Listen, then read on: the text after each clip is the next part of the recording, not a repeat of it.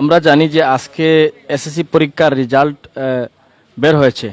এই পরীক্ষায় উত্তীর্ণ হয়েছে GMC Golam Mostafa Chowdhury academy school and কলেজের দশম শ্রেণীর ছাত্র মুন্না। সে কিন্তু আজকে সন্ধ্যার আগে আগেই কালীগঞ্জ বাজারের গরুয়াটির পাশে একটি মোটরসাইকেল দুর্ঘটনায় সে আহত হয়। এরপর তাকে দ্রুত Sylhet MAG Usmani medical college হাসপাতালে নেওয়া হয়। সেখানেই তার নেওয়ার পথেই তার মৃত্যু হয়েছে বলে আমাদেরকে স্থানীয় তার পরিচিত কিছু লোকজন জানিয়েছে। আমরা তাদের সাথে সরাসরি কথা বলার চেষ্টা করব, তারপরে অবশ্যই আপনারা আপডেট নিউজ পাবেন। জি, একটু জানতে চাচ্ছি ভাইয়া যে মুন্নাকে আপনি চিনেন? জি চিনি। কতদিন থেকে চিনেন? আমি ছোট হালতেই তারে চিনি, ছোট থাকতে। মোটরসাইকেল চালায়? জি চালায়। তো আসলে আজকে তার মৃত্যুর খবর কিভাবে জানলেন? আমি 10:30টার দিকে আর আমার ফ্রেন্ড একটা কালীগঞ্জের, উনি ফোন দিয়ে বলছে যে আমাদের ওদিকে লোক একটা অ্যাক্সিডেন্ট করছে অন্য। পরে আমি কইলাম ছবি দেশ, পরে একটা ছবি দিয়ে আমার দিছে। পরে আমি দেখলাম যে মুন্না। পরে আমি তারা কইলাম যে আমার লাগাবাড়ির বা আমার আত্মীয় একটু। পরে আমি তারা কইলাম বা তার আত্মীয় স্বজন বা বাপ মারে আমি জানাইছি। জানানোর পরে তারা গেছেন বা তার লগর ফ্রেন্ড সার্কেল সবু গেছেন গিয়া তারা শুনছি আমরা লইয়া হসপিটাল গেছেন, আমি গেছি না।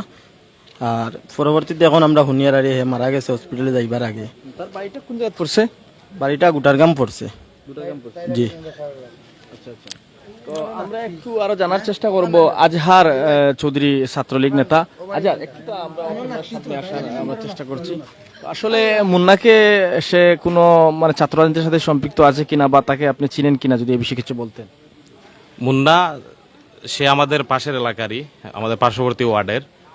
সে এবার আমাদের জিএমসি স্কুল অ্যান্ড কলেজের দশম শ্রেণীর এবার সে এসএসসি পরীক্ষা দিয়েছে। আজকে আপনারা জানেন যে আজকে এসএসসি পরীক্ষার রেজাল্ট বের হয়েছে। আমি এ পর্যন্ত যা শুনেছি যে সে এসএসসিতে উত্তীর্ণ হয়েছে। এবার আজকে তার রেজাল্ট ছিল আর কি। আজকের এই দিনে এমন একটা মর্মান্তিক সংবাদ আসলে আমাদেরকে ব্যথিত করেছে। বিশেষ করে মুন্না, সে আসলে খুবই ছোট। তার ফ্যামিলি থেকে এই বয়সে তাকে একটি বাইক কিনে দেওয়া হয়েছে, যেটা হয় আর কি টিনেজ বয়সে। সে যেটা জানতাম যে এলাকার বা আমরাই প্রায় সময় দেখতাম যে দ্রুত গতিতে সে বাইক রাইড করে। আমাদের আসলে বলার কিছু নাই, এতে একটা মর্মান্তিক দুঃসংবাদ তার পরিবারের জন্য, আমাদের জন্য।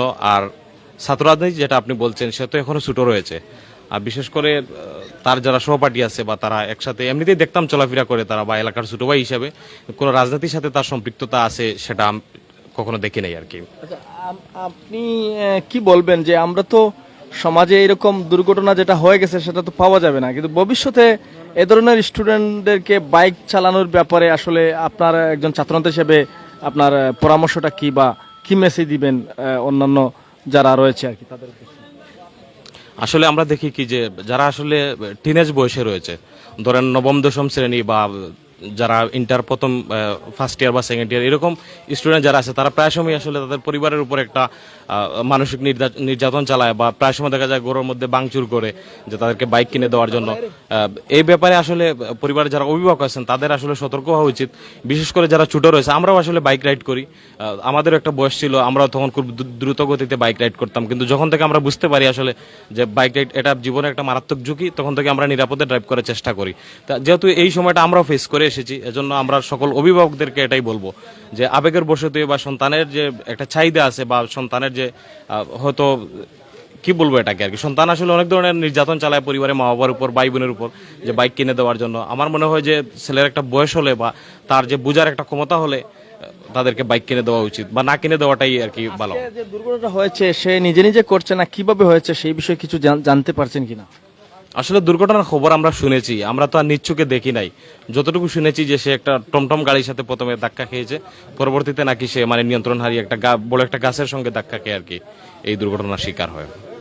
আচ্ছা, একটু জানতে চাচ্ছি যে মুন্না যে আসলে যে গাড়ি চালায় সে কি নতুন চালানি শিখছে কিনা?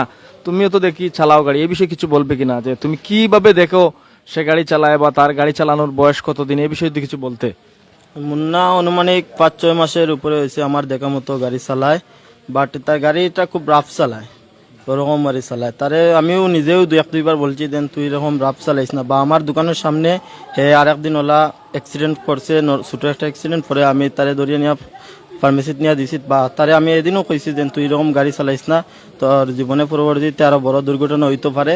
পরে কইছে আচ্ছা ভাই আমি এরকম আর চালাইতাম না, ওরকমও আমি তারে বুঝাইছি, বাট হে 15 দিনের ভিতরে মানে তার গাড়ি চালানোর গতিবিধি কেমন দেখছেন আপনি?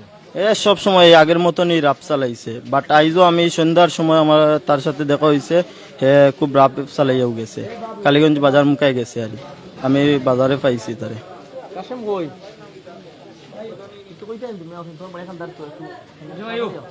দর্শক, আসলে আজকের যে একটি পবিত্র আশুরার দিন, মুন্না স্কুল ছাত্র মাত্র মানে আজকে এসএসসি পরীক্ষায় সে রেজাল্ট হয়েছে, সে বিজয়ী হয়েছে, সে উত্তীর্ণ হয়েছে, আমরা জানতে পেরেছি।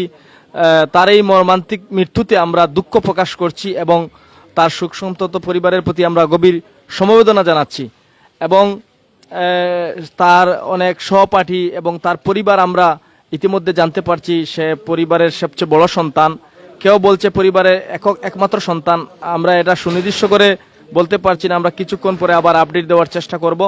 তবে যাই হোক, আমাদের এই জকিগঞ্জ উপজেলার কাজলসার ইউনিয়নের 3 নং কাজলসা ইউনিয়নের সে বাসিন্দা এবং জিএমসি স্কুল অ্যান্ড কলেজের সে এবার পরীক্ষায় এসএসসিতে উত্তীর্ণ হয়েছে। তো আমরা তার এই তার যে পরিবারে আমরা জানতে পারছি এলাকায় সুখের ছায়া নেমে এসেছে। ইতিমধ্যে আমরা এই মুহূর্তে রতনগঞ্জ বাজারে রয়েছি, আমরা দেখতে পাচ্ছি রতনগঞ্জের বাজারেরও তার অনেক পরিচিত, তার অনেক আত্মীয় স্বজন যারা রয়েছেন তারাও এই খবরটি শুনে এসে এখানে ভিড় করছেন এবং অনেকেই আমার কাছ থেকেও বিষয়টি জানার চেষ্টা করছেন, টেলিফোনও করছেন। তো আমি এখন বাজারে এসে যারা তার আত্মীয় স্বজন পাড়া প্রতিবেশী তাদের কাছ থেকে আমি যা জানলাম এই বিষয়টা আপনাদের সামনে তুলে ধরার চেষ্টা করলাম। যে